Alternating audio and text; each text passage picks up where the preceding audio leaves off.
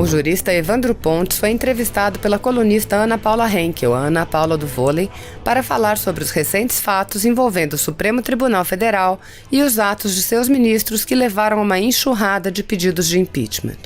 Mestre e doutor em Direito Societário pela USP, Evandro Pontes defendeu que há um golpe de Estado em curso.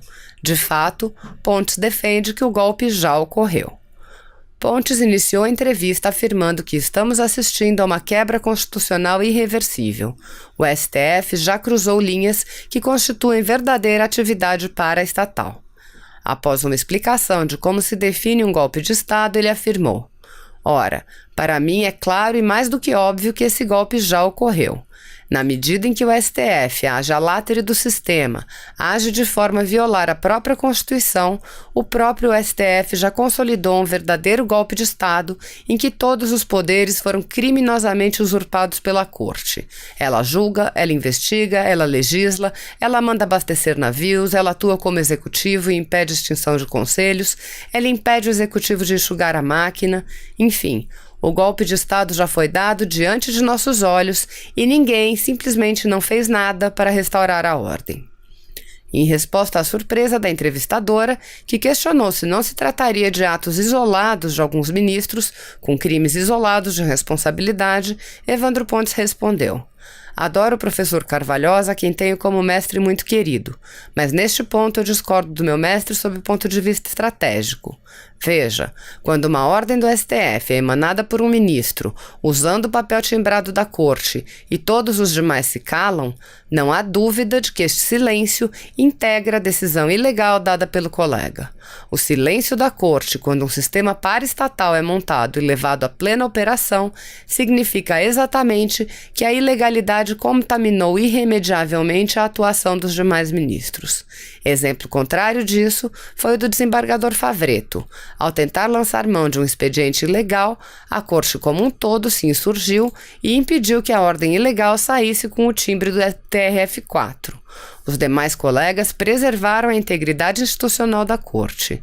Se o STF não faz o mesmo e aceita que ordens sejam emanadas em nome da Corte, a responsabilidade é sim colegiada e recai sobre aqueles que preferem reclamar na imprensa, que não é função de um juiz, e deixam de agir como juízes, impedindo que um sistema paraestatal seja colocado em operação.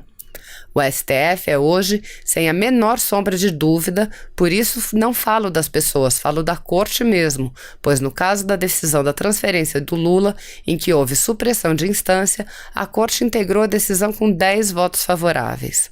Pense-se também no caso do inquérito de censura Cruzoé. Foi claramente um ato institucional da própria Corte e não de ministros isoladamente. É uma entidade de poder suprema e de atuação paraestatal.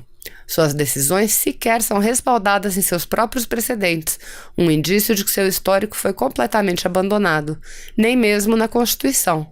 Basta ler as decisões que citei e procurar o dispositivo constitucional que serve de base para a decisão. Não há. Simplesmente não há. São atos de puro totalitarismo gestados à látere. Dessa forma, Ana, o golpe já foi dado. Tudo o que decorrer dele é mera consequência de um golpe. Jamais será uma resposta em ato isolado ou um golpe à parte ou contragolpe. Já estamos na marcha da história para recobrar o sistema que já foi rompido por iniciativa clara e desabrida do STF. E repito, a responsável por isso é a Corte sim, e não os ministros isoladamente. Ou simplesmente aceitá-lo. A escolha agora cabe ao povo brasileiro. Se você apoia Jair Bolsonaro, curta este vídeo. Manifeste a sua opinião e compartilhe para que a vontade do povo brasileiro seja conhecida. Inscreva-se no canal para ter acesso gratuito ao nosso conteúdo. Uma produção Folha Política.